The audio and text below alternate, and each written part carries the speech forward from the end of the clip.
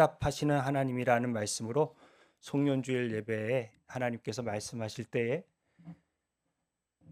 큰 은혜가 있게 되기를 바랍니다. 우리 먼저 오늘 본문 중에 제일 핵심 구절이라 할 수 있는 37절 38절을 같이 읽어봅니다. 함께 하시겠습니다. 여호와여 여호와여 내게 응답하옵소서. 내게 응답하옵소서. 이 백성에게 주 여호와는 하나님이신 것과 주는 그들의 마음을 뒤돌이키심을 알게 하옵소서 하매 이에 여호와의 불이 내려서 번제물과 나무와 돌과 흙을 캐우고 또 도랑에 물을 핥은지라. 아멘. 오늘의 본문은 아합과 엘리야가 만남으로 사실 시작합니다. 3년 동안의 가뭄이 있었어요. 그래서 엘리야를 만나자마자 아합이 이렇게 얘기합니다. 이스라엘을 괴롭게 하는 자여 너냐. 여러분, 지금 이 3년 넘는 가뭄이 정말 엘리야 때문입니까? 이 가뭄의 원인이 뭘까요? 가뭄으로 말미암아 육체적인 식량을 구할 수가 없어서 육체적인 주림이 있었고, 또 엘리야의 부재를 확인했기 때문에 하나님의 말씀이 없어 영적으로 완전히 줄여버린 이 비참한 가뭄이 왜 왔어요? 그렇게 선포한 엘리야 때문입니까? 아니면 지금 이 가뭄의 장본인이 지금 누구입니까? 본인이 장본인 아니에요? 이 가뭄을 가지고 온 가장 결정적인 역할을 한 사람 아닙니까? 근데 정작 본인은 지금 남 탓을 하고 있고 엘리야 탓을 하고 있는 것을 잘 보셨으면 좋겠습니다. 영안이 닫힌 사람은 늘 자기 때문인지를 모릅니다. 다 누구 때문이라고 생각해요. 부디 영안이 열리는 마지막 송년주일 예배가 되기를 바랍니다. 아내 때문인 것 같으십니까? 남편 때문인 것 같으십니까? 교회 때문인 것 같으십니까? 이 가뭄의 원인이 누구일까? 영안이 열리기를. 진짜 하나님께서 이 가뭄의 원인이 무엇이라는 것을 가르쳐 주시는 송년주일 예배가 되기를 소망합니다. 여러분, 이제 엘리야가 3년 동안의 가뭄을 이제 겪고 있는 상황이니까 아합의 이야기를 듣고 지금 모든 바알과 아세라의 선지자들을 갈멜산으로 모아달라 이렇게 이야기를 합니다. 그래서 이제 결전을 치르기로 이제 도전하게 되는 장면이죠. 원래 바알과 아세라 이 우상은 두 신이 성적인 교합을 하면 그 결과로서 비가 내리고 그 비를 맞은 작물들이 잘 자라는 풍성한 열매를 맺게 된다는 종교적 메커니즘을 갖고 있습니다. 그래서 바알과 아세라를 섬길 때 이제 그 신전에 가서 성찬과 그런 성행위를 해서 두 신을 흥분시켜 이런 결과물을 가지고 오게 되는 그런 종교의 메커니즘을 가지고 있다 보시면 되겠습니다. 그래서 갈멜산이 사실상 바알과 아세라의 본산입니다. 그 이유는 그 산 꼭대기에 올라가면은 이런 광경이 펼쳐지기 때문입니다. 이 평야는 이스라엘 최대 곡창지대인 이스라엘 평야입니다. 이스라엘의 뜻은 하나님이 뿌리셨다라는 뜻을 가지고 있습니다. 그래서 이 모든 우리가 심는 것 같지만 농사 짓는 것 같지만 거두게 하시는 이는 하나님이시라는 고백을 가진 이 평야 위에 갈멜산 정상이 있는데 거기에 바알과 아세라의 본산이 있으면서 이것들이 다 바알과 아세라가 주는 거야 이렇게 이스라엘 백성들을 속이고 있었던 시절에 3년 반이나 되는 가뭄을 통하여 정말 이들이 신이 맞나? 라는 의심의 끝에 지금 서게 됐단 말입니다. 그러면서 엘리야가 도전하기로 니네 홈그라운드로 내가 갈게. 내가 혼자 갈게. 니네 850명 다 나와. 누가 참 하나님인지 한번 보자 라고 도전을 했고 이 제안을 거절할 이유가 전혀 없습니다. 여러분 우리나라 이게 뭐 속담은 아니지만 똥개도 지집 앞에서는 뭐 50%를 어떻게 한다 뭐 이런 얘기가 있잖아요. 그 곳으로 직접 올라가서 엘리야가 이들과 마주하게 됩니다. 그러고서 백성들에게 이렇게 도전하죠. 21절을 읽어봅니다. 시작. 엘리야가 모든 백성에게 가까이 나아가 이르되 너희가 어느 때까지 둘 사이에서 머뭇머뭇하려느냐?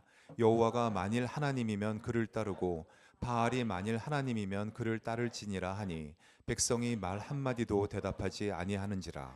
머뭇머뭇 이 이야기의 원어는 술 취해 비틀거리다입니다. 이스라엘은 단 한 번도 예배를 안 드린 적은 없습니다. 제사를 하나님께 안 드린 적은 없습니다.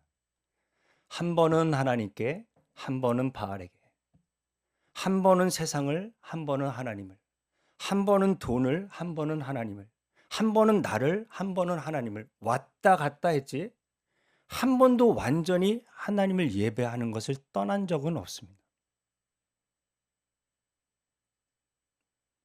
머뭇머뭇하지 말라고 엘리야가 도전했는데 백성들은 한마디도 대답하지 않았답니다. 왜 그랬을까요? 바알과 아세라가 좋으니까. 행여나 내가 여기서 나서면 불이익을 받을까 봐, 아합과 아세라의 협박을 받을까 봐 여러 가지 본인의 유익을 생각하고 한마디도 대답하지 않았대요. 옛날에 여호수아가 백성들에게 이렇게 얘기하죠. 만일 여호와를 섬기는 것이 너희에게 좋지 않게 보이거든 너희 조상들이 강 저쪽에서 섬기던 신이든지 또는 너희가 거주하는 땅에 있는 아모리족 속의 신들이든지 너희가 섬길 자를 오늘 택하라. 오직 나와 내 집은 여호와를 섬기겠노라 라고 이야기했을 때 이스라엘 백성들은 말이나마 이렇게 대답했습니다. 우리가 결단코 여호와를 버리고 다른 신들을 섬기기를 하지 아니하리오니 이런 다음에 쭉 하고 그러므로 우리도 여호와를 섬기리니 그는 우리의 하나님이시니이다 고백이 있었단 말입니다. 이 고백을 지켰어요, 안 지켰어요? 안 지켰어요. 그러나 말로는 내가 이렇게 하겠다고 결단했는데 지금은 말마저도 사라져버린 엘리야의 영적인 어두운 시대를 우리는 보고 있단 말입니다. 여러분, 이 혼합주의적인 신앙, 한 번은 세상, 한 번은 하나님 왔다 갔다 하는 신앙, 합리적인 것도 같은 이 혼합주의 신앙이 하나님 보시기에는 제일 역한 신앙이라는 것을 우리는 알아야 됩니다. 본인은 가장 안전한 길이라고 착각하는데 가장 위험한 길이고 본인은 제일 손해보지 않는 길이라고 생각하는데 가장 치명적인 손해를 보는 것은 하나님과 세상의 양다리를 걸쳐놓고 왔다 갔다 하는 신앙이라는 것입니다.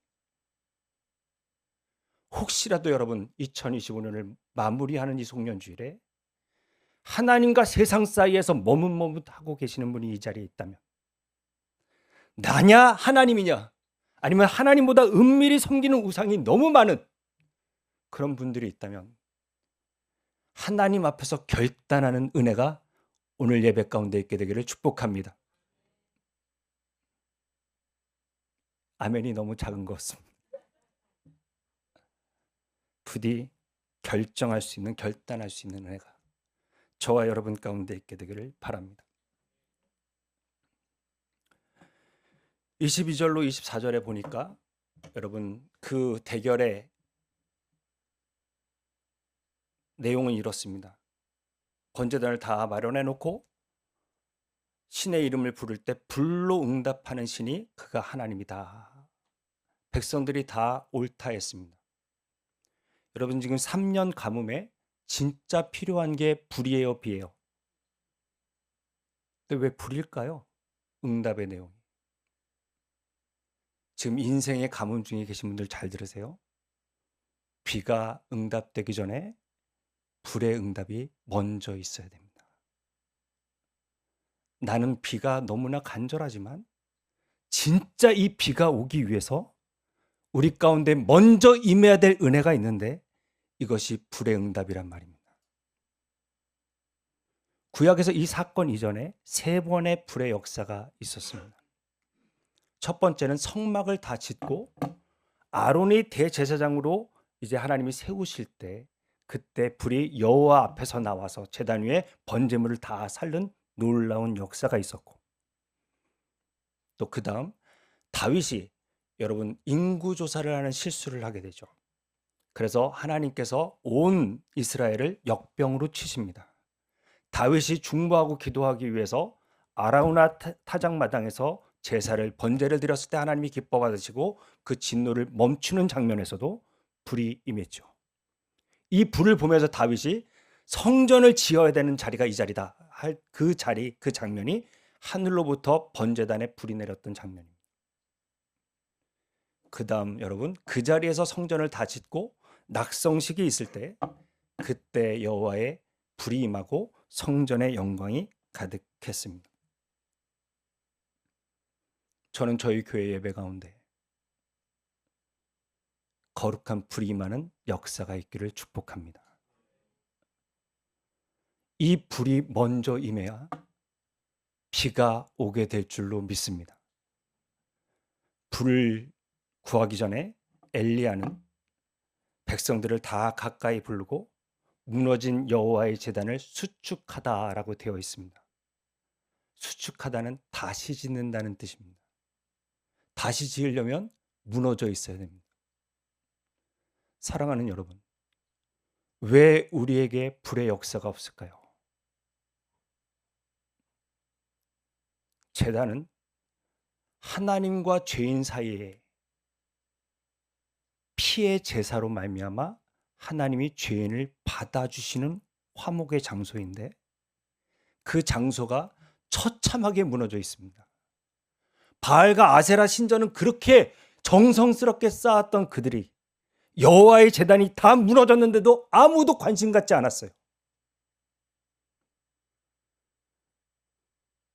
이 엘리야가 묵묵히 쌓는 이 제단을 통하여 내 예배의 단이 무너졌구나. 내 말씀의 단이 이렇게 처참하게 허물어졌구나. 기도의 단이, 헌신의 단이 다 무너졌구나. 아마 백성들은 그제야 자각했을 것입니다. 송년주일입니다, 여러분. 여러분의 예배의 제단은 안녕하십니까? 여러분, 아직도 비가 안 오는 이유가 다른 사람 탓 같으십니까? 내가 진짜로 하나님과 죄의 문제를 해결받고 은밀한 지성소를 가진 자로서 하나님과 교제하냐고 지금 묻고 있는 것입니다. 죄의 문제가 해결되지 않고 제단이 무너져 있으면 절대로 하나님과 은밀한 지성소를 나눌 수가 없습니다. 예배를 드릴 때 우리가 확인해야 되는 것은 예수 그리스도께서 나를 위하여 죽으셨고 부활하셨다는 것.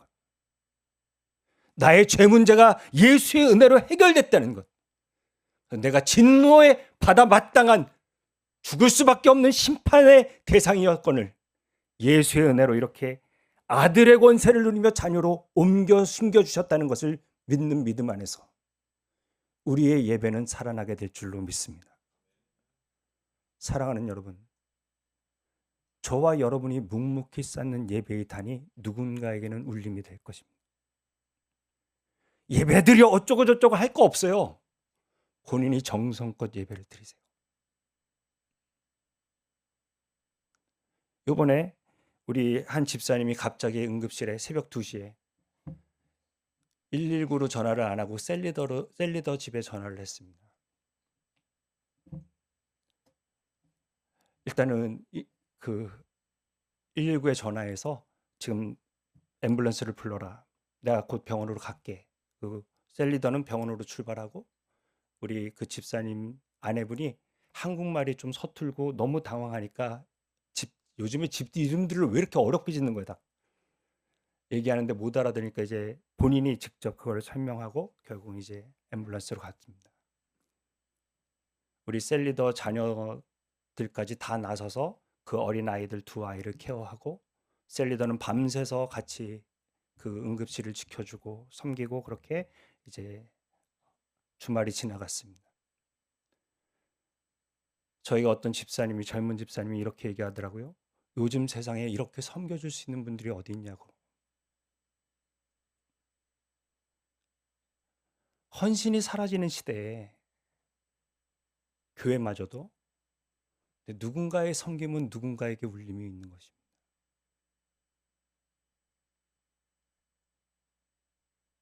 부디 묵묵히 예배의 단을, 기도의 단을, 헌신의 단을, 묵상의 단을 다시 재정비하시는 은혜가 있기를 축복합니다. 비가 간절히 필요한데 불이 먼저라 했습니다. 불이 임하는 역사가 있기를 축복합니다. 고든 맥도날드라는 사람이 명저입니다. 이건 교회에 사놓을까 싶습니다. 좀 그래서 우리 성도님들이 돌아가면서 읽으셨으면 좋겠는데, 내면 세계의 질서와 영적 성장. 모든 성경의 위인들이 다 내면 세계의 무너짐을 경험했는데 무너짐으로 끝나지 아니하고 하나님이 영적으로 회복시켜 주셨을 때 그들이 놀라운 일들을 감당한 것을 잘 정리한 책입니다. 여러분, 사람은 다 어느 순간에 무너져 있고 무너졌고 또 무너질 것입니다. 그러나 그때 예배의 단이, 제단이 살아있는 사람은 반드시 일어날 줄로 믿습니다. 고통으로 망가지는 게 아니라 고통을 딛고 일어서서 성장을 이루실 수 있는 저와 여러분 되기를, 그런 은혜가 우리 가운데 있게 되기를 바랍니다. 첫 번째 나누고 싶습니다. 같이 읽어볼까요? 시작. 무너진 재단이 수축될 때 하나님은 응답하십니다. 부디 내 부분이 어디가 무너져 있는지를 살펴볼 수 있는 한 해의 마지막 예배가 돼서 내년에는 새롭게 시작할 수 있는 저와 여러분 되기를 바랍니다. 엘리야가 여호와의 이름을 의지해서 제단을 쌓았어요. 그리고 이제 물을 채워다가 물을 완전히 번제물과 나무 위에 붓습니다. 세 번째, 완벽하게 젖도록 그렇게 부었습니다. 여러분, 물이 어디서 났을까요? 아까 보셨죠? 지중해 바로 옆입니다. 이 용도는 식용이 아니라 물에 충분히 적시는 것이기 때문에 바닷물로도 얼마든지 적실 수 있을 것입니다. 여러분, 지금 재물이 안 타면 자기는 죽습니다. 생명을 걸어야 되는 상황인데 이렇게 대담할 수 있을까요? 제가 생각해 볼 때 3년 반 동안 비가 없고 이슬이 안 맺혔으면 자연발화도 많았을 것 같습니다. 아예 자연발화에 대한 의심이 없어지도록, 합리적인 의심이 없어지도록, 이거는 그 불이 아니야, 이거를 엘리야가 담대하게 850대 1로 붙은 사람이, 여러분, 지금 이렇게까지 믿음으로 이 불은 하나님이 주셔야 되는 불이다라는 것을 모든 사람이 알도록 지금 퍼포먼스를 그렇게 해가고 있는 것입니다. 야고보서 1장 6절로 8절 같이 읽어봅니다. 시작. 오직 믿음으로 구하고 조금도 의심하지 말라. 의심하는 자는 마치 바람에 밀려 요동하는 바다 물결 같으니 이런 사람은 누구든지 죽게 얻기를 생각하지 말라. 두 마음을 품어 모든 일에 정함이 없는 자로다. 두 마음 푸는 사람이 머뭇머뭇거리는 사람, 갈짓자로 비틀거리는 사람, 왔다 갔다 하는 사람이란 말입니다. 저는 캐나다에서 이민 생활을 하다가 돌아왔습니다. 제가 아는 지인들 중에 너무 많은 사람들이, 여러분, 왔다 갔다 합니다. 남들이 보기에는 부럽습니다. 뭐 한국도 택할 수 있고 캐나다도 택할 수 있는 것 같습니다. 근데 그렇게 뛰어나고 그렇게 가졌으면서도 한쪽에 뿌리 내릴 수 없다는 것이 얼마나 큰 리스크인지를 저는 그분들을 통해서 보게 됩니다. 마음이 한 마음이 아니에요. 여기서 어려우면 아예 캐나다 가지. 또 캐나다 가서 어려우면 아예 또 한국 돌아오지. 이렇게 두 번만 하면 인생 끝납니다. 끝까지 그 자리를 버티지를 못해요. 왜냐하면 난 여기 안 해도 저기가 될 것 같아. 이것 때문에. 이 두 마음을 가지고서는 여러분 너무나 큰 손해를 본인이 보고서도 모른다니까요. 부디 머뭇머뭇하는 일이 없기를 바랍니다. 여기 아니면 안 된다고 사십시오. 갈 때 가더라도 나는 여기서 영원히 살 것처럼 살다가 하나님 옮겨주시면 그때 옮기면 되는데, 미리 본인의 마음이 이미 마음 상태가 난 여기 아니면 저기 갈 거야, 저기 아니면 여기 갈 거야. 절대로 여러분. 근데 신앙생활도 마찬가지 같습니다. 세상과 하나님 사이에 그냥 왔다 갔다 하면서 부디 송년주일에 결단하는 은혜가 있기를 바랍니다. 여기 믿음은 여러분 결정하는 것입니다. 믿습니다. 본인 믿음이 아닙니다. 하나님이 약속을 먼저 주신 것을 믿는 것입니다. 하루아침에 생긴 믿음은 더더욱 아닙니다. 여러분, 그리시네가에서 사르밧에서 엘리야가, 여러분, 남해 3년이니까 쉽지, 배고플 때마다 하늘을 어떤 마음으로 그가 쳐다봤을까요? 언제 까마귀가 오나 그 간절한 마음으로 기다렸던 그 영적인 내공 속에서 이제 850대 1에서도 당황하지 않습니다.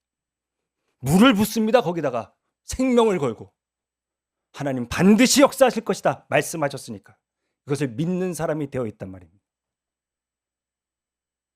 부디 믿음의 사람이 되시기를 축복합니다. 본인의 믿음이 아니라니까요. 믿습니다. 대학 붙을 줄로 믿습니다. 잘 될 줄로 믿습니다가 아니라 이미 하나님이 주신 말씀에 순종할 때 책임져 주시는 그 은혜를 믿는 것입니다.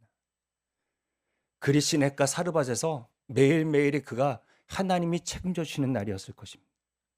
고통스러웠을 것입니다. 제가 믿음이 좋다는 얘기가 아닙니다. 저를 여기서 캘거리로 옮기실 때에도 하나님이 그 자리에 저를 도우셨고 책임져 주셨고 먹이셨습니다.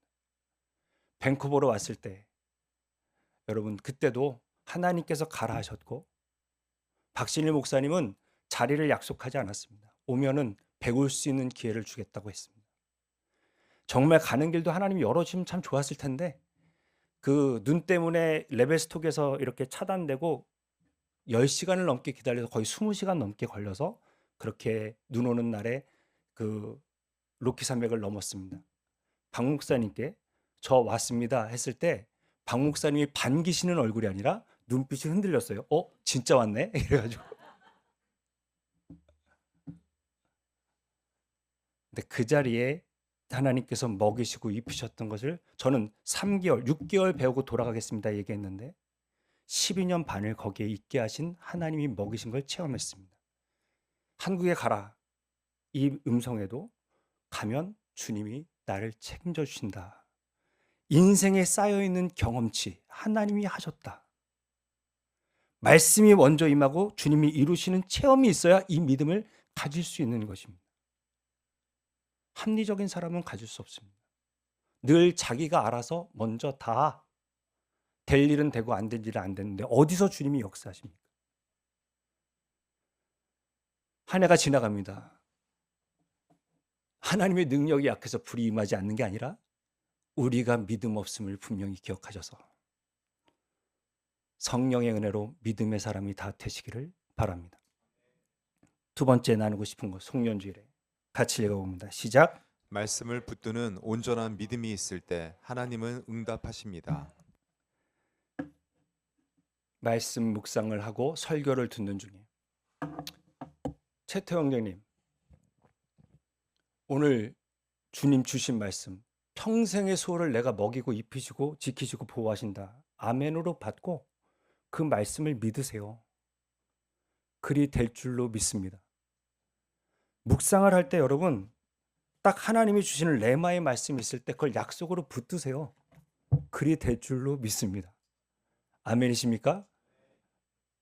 묵시가 없으면 백성이 방자에 행한다 그랬습니다. 말씀이 없으면 망해요. 늘 후회되는 선택을 할 수밖에 없습니다.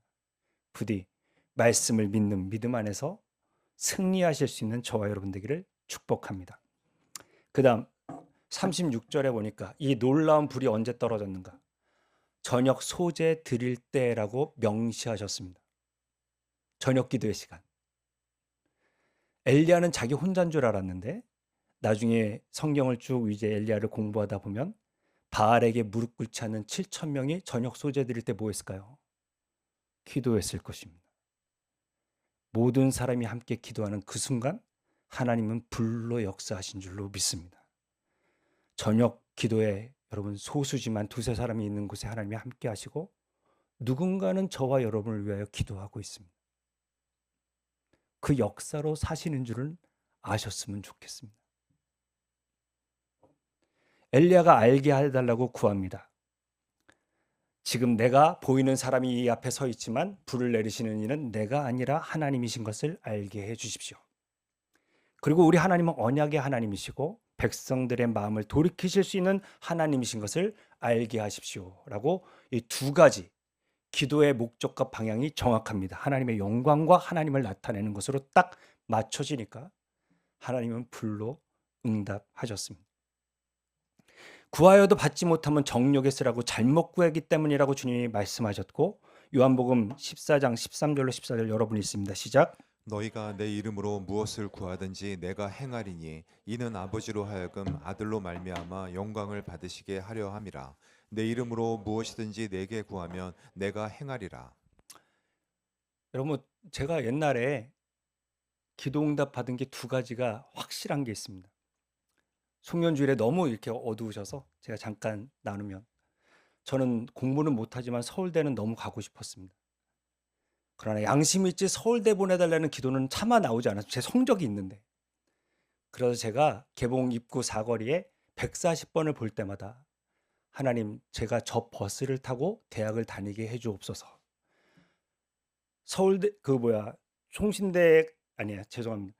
개봉 입구 사거리에서 서울대학 가는 버스가 140번이기 때문에 제가 그것만 보고서 기도를 했습니다. 하나님 응답하셨을까 안 하셨을까요? 응답하셨어요.